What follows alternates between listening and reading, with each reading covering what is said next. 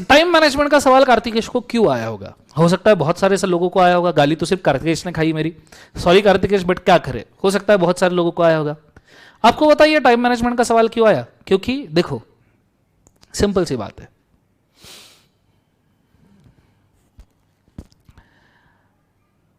Manjhi movie देखा है? मांझी, नवाजुद्दीन सिद्दीकी को एक टारगेट रहता है, पहाड़ फोड़ना है, पहाड़ फोड़ना है और पहाड़ में से रास्ता निकालना है। देखना मांझी मूवी मस्त है।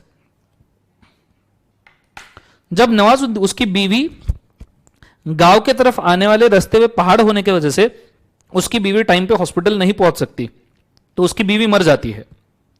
तो वो डिसाइड करता है कि मैं एक पहाड़ पूरा तोड़ के हॉस्पिटल के लिए एक स्ट्रेट रास्ता बनाऊंगा, हॉस्पिटल जाने के लिए एक स्ट्रेट रास्ता बनाऊंगा, जिस वजह से इसके बाद में इस गांव में किसी की भी डेथ नहीं होगी। तो वो पहाड़ फोड़ना शुरू करता है। वह सवेरे घर से उठता है, मुंह भी धोता है, मुंह धोता है नहीं धोता है पता नहीं, खाना खाता है नहीं खाता है पता नहीं, जाता है पहाड़ तोड़ना शुरू कर देता है। एक इंसान पूरा पहाड़ तोड़ देता है, पूरा पहाड़, ईमानदारी से पहाड़, एक इंसान पूरा पहाड़ तोड़ देता है। लग जाते हैं उसको 5-10 साल उसके अंदर। खाता है पीता है सोता है पता नहीं। एक उसमें एक मूवी में सीन है नवाजुद्दीन सिद्दीकी का, देखना तुमने, और ये रियल स्टोरी है, मांझी मूवी की रियल स्टोरी है। उस बंदे का भी इंटरव्यू आया था। जब वो बंदा पहाड़ तोड़ता है ना, तो एक ऐसा सीन है जिसमें वो एक रिपोर्टर उसका इंटरव्यू लेने आता है, तुम यहां क्या कर रहे हो? और वो रिपोर्टर उसको बोलता है यार तुमने पहाड़ तोड़ा है, मेरे को आज तक समझ में नहीं आया कि मैं मेरे लाइफ के साथ क्या करूं।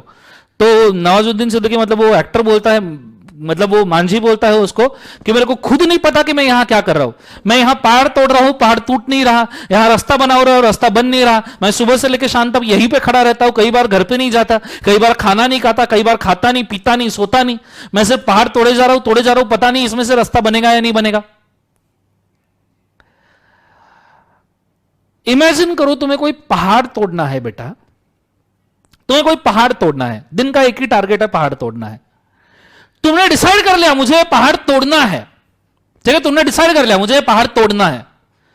तुम किससे ये पूछोगे टाइम मैनेजमेंट बताओ कैसे तोड़ना है पहाड़, या तुम सिर्फ ये पूछोगे कि नहीं मेरे को पहाड़ तोड़ना है, गेम ओवर, और सिर्फ छन्नी हथौड़े से तोड़ना है, सिर्फ छन्नी हथौड़े से तोड़ना है। टीचर तो भी तुमको एटलीस्ट ड्रिलिंग मशीन दे देगा, वो तो बाकी तो कोई तुमको ड्रिलिंग मशीन देगा भी नहीं, पर ड्रिलिंग मशीन से भी वो पहाड़ तोड़ना, वो आदमी ने सिर्फ छन्नी हथौड़े से पहाड़ तोड़ा है, पूरा का पूरा, पूरा पहाड़, ड्रिलिंग मशीन भी नहीं, सिर्फ छन्नी हथौड़ा लिया और पूरा पहाड़ खोद डाला बीच में से।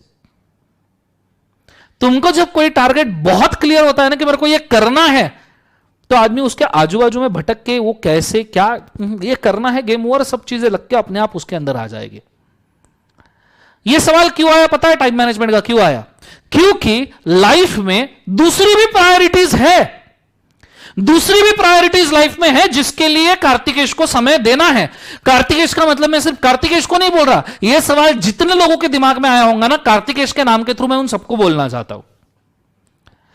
टाइम मैनेजमेंट तुमने इसलिए पूछा क्योंकि तुम्हारे लाइफ में दूसरी भी प्रायोरिटीज है, तुमको दूसरी भी चीज को टाइम देना है, इसलिए तुम्हारा यह जब सवाल आया कि सर मैं इधर कम समय देके दूसरी चीजों को कैसे दे सकता हूं, इधर मैं टाइम मैनेज करके दूसरी चीज को कैसे समय दे सकता हूं। क्योंकि जिसको दिन भर का पूरा समय खाना पीना और सोना छोड़ के सिर्फ पढ़ाई के लिए देना है, उसके लिए टाइम मैनेज क्या होगा?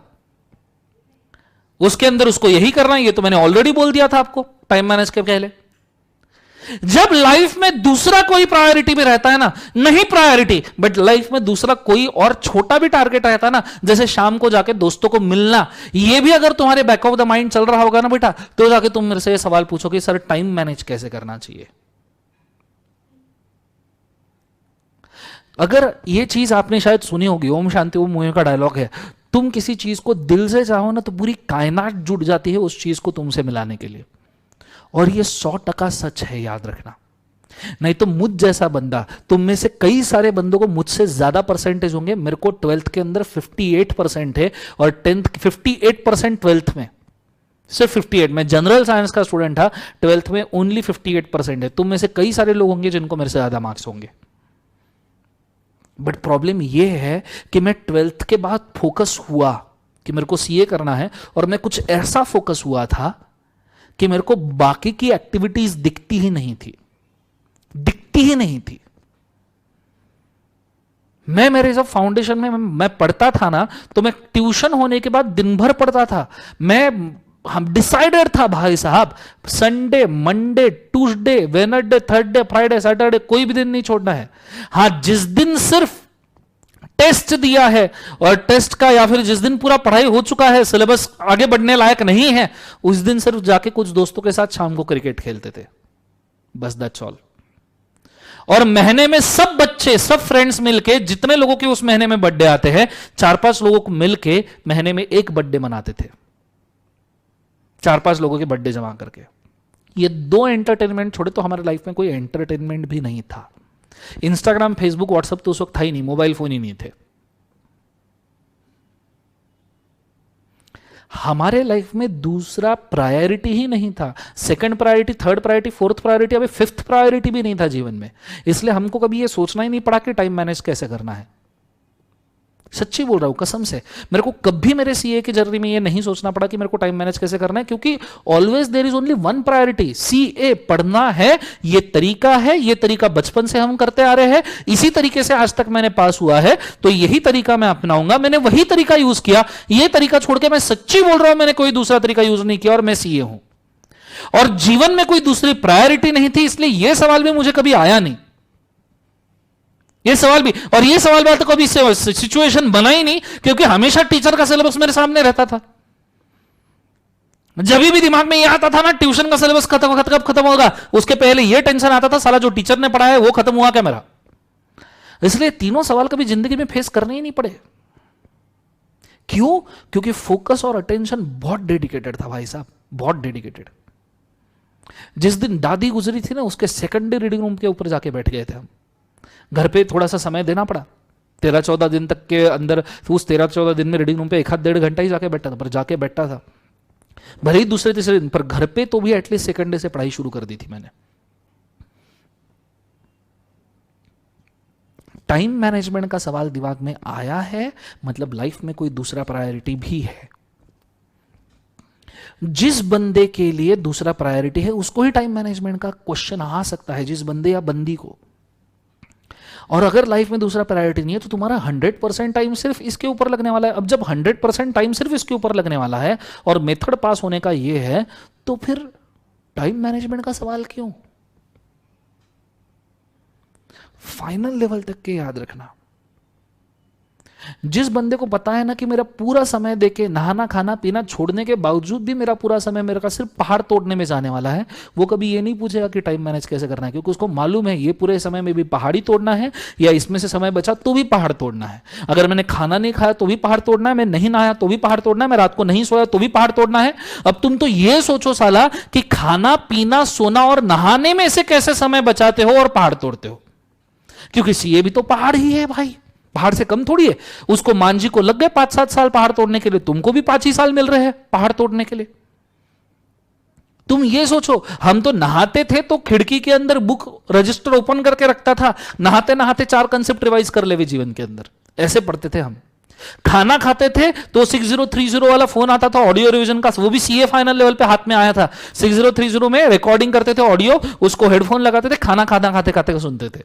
खाने का समय और नहाने का समय भी यूटिलाइज कर, बाथरूम में पॉटी करते हुए हम बुक लेके बैठ जाते थे, क्योंकि इस वजह से इतना फोकस थे, इस वजह से कभी ये सवाल आया ही नहीं कि टाइम कैसे मैनेज करना है, क्योंकि मालूम है जीवन का पूरा समय इसी में देना है, और ये तरीका है तो हो गया टाइम मैनेजमेंट। और क्या टाइम मैनेजमेंट होगा जीवन में? हो सकता है मैं तुमसे बहुत बुरी बात करता हूं, कड़वी बात करता हूं भाई साहब, और हो सकता है तुमको चटके लगते होंगे, हो सकता है तुमको लगता होगा दर्शन सर गुस्सा हो गए, कैसे ना हो मुझे बताओ।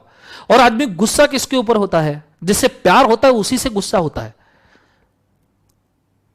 घर वालों से प्यार होता है, झगड़ते हो, गुस्सा नहीं होते हो।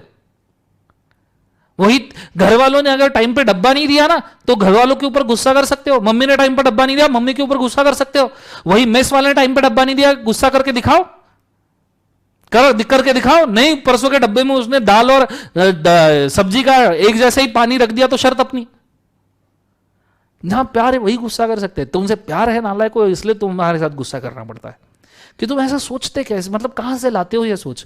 जब जीवन का एक टारगेट तुमने सिलेक्ट कर लिया कि मेरे को सीए करना है, तो टाइम मैनेजमेंट क्या साला, पूरा जितना समय है उसी का है, दे दो। पूरा समय पहाड़ तोड़ना है, खाना खाना छोड़ दिया पहाड़ तोड़ना है, नहाना छोड़ दिया पहाड़ तोड़ना है, सोना छोड़ दिया पहाड़ तोड़ना है। अब तुम ये सोचो कि नहाना खाना सोना इसमें से समय निकाल के और कैसे पहाड़ तोड़े, कि कितने जल्दी ये पहाड़ टूट जाए, तुम ये सोचो।